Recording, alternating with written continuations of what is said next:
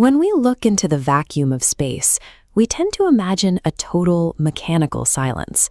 But astrophysics reveals a completely different reality, a cosmos built on a constant, pulsing thrum of vibrating energy. Thousands of years before we developed the sensors to detect these ripples, scholars in the Himalayas sat in deep meditation. They documented a specific frequency they felt underlying all of physical existence, and they called that sound Om. While often categorized today as a religious chant, the original Sanskrit texts describe Om as a precise acoustic code, the resonant blueprint for matter itself. The Mandukya Upanishad treats this sound with the precision of a formula. It dissects the syllable into 3 distinct phonetic units, A, U, and M.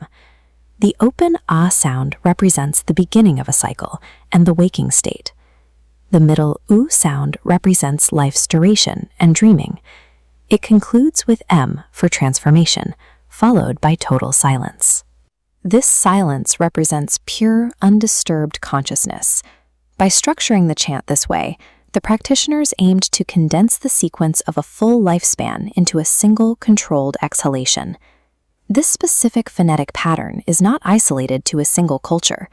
We find these same markers appearing across disconnected civilizations.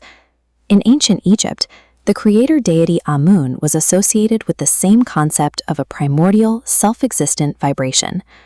Within Islamic Sufism, the disconnected letters Alif, Lam, and Mim preface several chapters of the Quran. When spoken under the Arabic rules of assimilation, the L is replaced by an U sound, phonetically resolving to Om. The widespread use of this exact acoustic sequence suggests it may be a universal human observation rather than a cultural coincidence.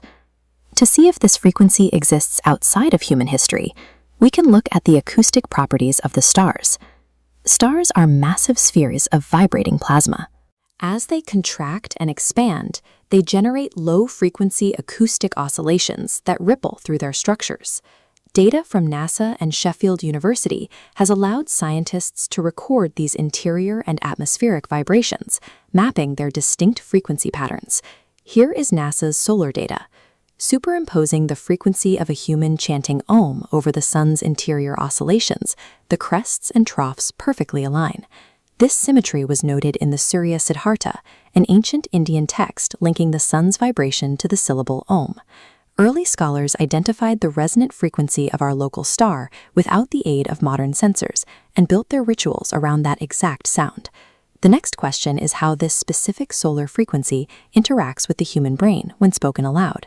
Recent EEG studies have measured the electrical activity of the cerebral cortex before and after a 10-minute session of Om chanting.